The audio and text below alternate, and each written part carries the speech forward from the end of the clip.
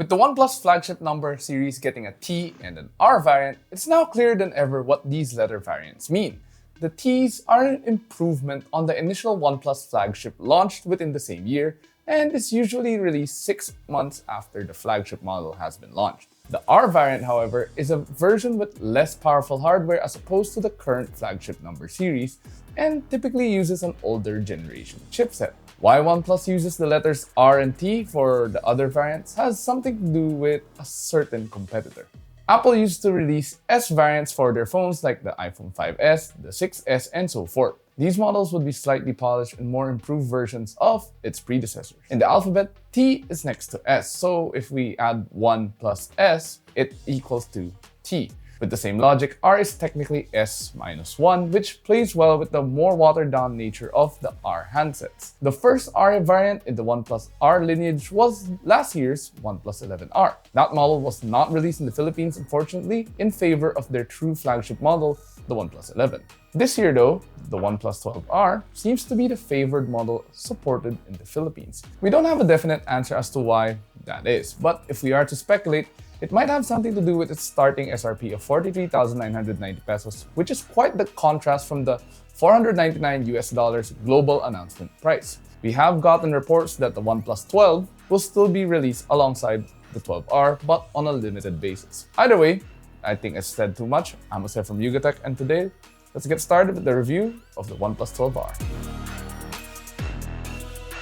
Compared to its predecessor, very little has changed with the OnePlus 12R in terms of the design. They did upgrade the plastic frame from plastic to aluminum, but uses the same glass-on-glass paneling for the front and back. The 12R is 3 grams heavier than before, but the added weight isn't that noticeable. It's also a bit thicker at 8.8 millimeters, which could be due to the larger battery size, but we'll get to that later. Aside from that, it's hard to spot any differences between the two upon casual inspection. The alert slider is still there, but it's now on the left side. Volume rocker and power buttons are on the right side. USB-C port at the bottom, along with the stereo speaker grille, primary microphone, and SIM card slot. At the top, you get the secondary speaker grille, noise-canceling mic, and an IR blaster to boot. The 12R also gained an IP64 rating, which indicates full dust resistance with additional resistance for occasional splashes of water or rain. Still, do not dunk this phone in an aquarium. And of course, no swimming with it in a chlorinated pool or in the sea. Still, if you want to do that, you need to get a Ziploc, just to keep it safe, At the back, it features a smooth finish with sandblasted texture to it, at least for the iron gray color. So there's a chance users wouldn't even think it's made of glass. Either way, it still feels cold to the touch when left in an air-conditioned room with solid and elegant build quality nonetheless. The curved glass display and rounded edges at the back allows for better handling or grip, allowing us to perceive it's a lot thinner than it actually is. The sandblasted texture also does a great job of rejecting fingerprints. The camera bump, which is the same as the previous generation, is flush to the left side with the LED flash sitting outside the circular camera module. Now, we actually like this placement because it's perfect for horizontal shooting and doesn't bother you when you're playing games in the same orientation. Moving on to the screen, you get a 6.78-inch LTPO4 AMOLED display. On the 12R, it's just a little bit bigger than the 11R with the same 1.5K screen resolution. You have the option to scale this down to a full HD resolution in order to conserve battery life. This is complemented by a 120Hz adaptive refresh rate with Dolby Vision certification. Now, there are only 2 modes users can set the refresh rate for the display settings. Standard, where the refresh rate maxes out at 60 Hz, and High, where the refresh rate dynamically adjusts from 1 to 120 Hz, with custom refresh rate options only available on a per-app basis. What's greatly improved here is the peak brightness of 4,500 nits with the help of high brightness mode. The device also comes with a stereo speaker system placed on both ends. They produce a very loud sound, clear and crisp with a little bit of bass, though nothing too notable. Just be careful when you're holding the phone in a horizontal position, often when you're playing games, as you might unintentionally block the speakers with the palm of your hands like this. For better immersion though, I would recommend pairing your favorite headphones or earbuds to unlock a surround sound experience thanks to Dolby Atmos. This is also when you can enjoy the special holo audio and spatial audio features of this phone. And given its IR blaster, we used it a lot when we can't find the remote to the TV like this one here, or even the AC for the one over here. This feature saved us on so many occasions, especially when we couldn't locate remote controls in hotels or resorts and managed to get things going quickly with the phone's IR blaster. For biometrics, you do get the option to enroll up to 10 fingerprints or use face unlock. The under-display sensor is fast and accurate but can be cumbersome to reach when holding the device with one hand. Protecting the display of the OnePlus 12R is Gorilla Glass Victus 2. Moving on to the camera, the OnePlus 12R features a 50-megapixel Sony IMX890 main camera with OIS and EIS, an 8-megapixel ultrawide, and a 2-megapixel macro lens. If this sounds familiar, that's because this is the exact set of cameras that came with the OnePlus 11 5G. Except there's one obvious difference: the lack of Hasselblad branding for the rear cameras. This is a clear distinction between the 12 and the 12R. For the most part though, shots taken with the main camera come out great with crisp and clear details, and vibrant but not too saturated colors. Low-light performance also came out great and managed to capture a lot of detail, and it's still rather sharp. The wide-angle shots are pretty decent when shooting in the day or in well-lit environments, although low-light scenarios make the sensors suffer a bit in terms of detail. The 2-megapixel macro takes really great shots, especially at close distance, and manages to get the focus right even when the subject is moving thanks to the built-in image stabilization. For video, the main sensors can shoot up to 4K at 60 FPS. The front camera is the same at 16 megapixel with an f2.2 sensor, but now comes with gyro EIS and a maximum 1080p at 30 FPS video recording.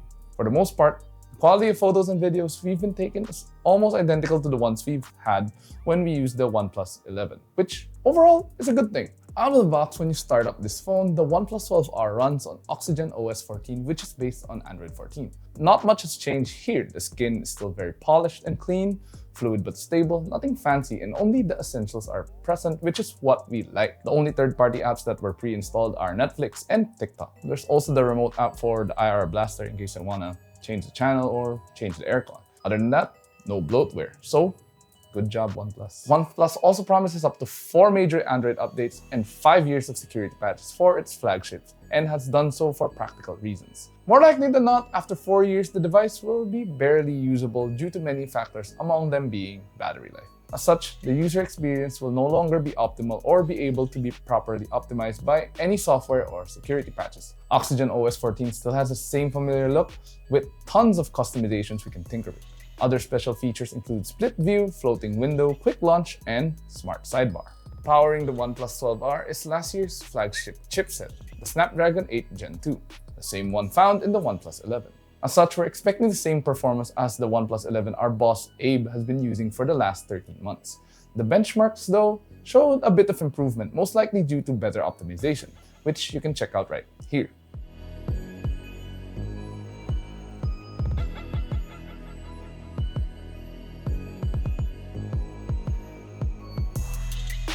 One of the more controversial moves made by OnePlus was initially announcing the use of UFS 4.0 storage and then eventually changing it to UFS 3.1. For those unfamiliar, this refers to the read and write speeds of the internal storage. The benchmark scores are almost half the speed of the OnePlus 11. However, with casual usage, users will rarely feel this difference. When playing games, we found the device was able to handle any type of game we could think of. It works well, loads fast, and managed to produce high frame rates on a variety of titles like COD Mobile, Diablo Immortal, Genshin Impact, and more. So, in real-world use, it's still a pretty good phone. One of the significant trade-offs of having a thicker chassis and heftier weight is the battery allowance. The OnePlus 12R carries 5,500 mAh of battery capacity and has support for 100-watt SuperVOOC fast charging. In our PC Mark Work 3.0 battery test, the OnePlus 12R managed to score an impressive 14 hours and 34 minutes at 50% brightness, 0 volume, and in airplane mode. We did not expect these results because we still found 50% brightness a little too bright given the 4,500 nits of brightness this display is capable of.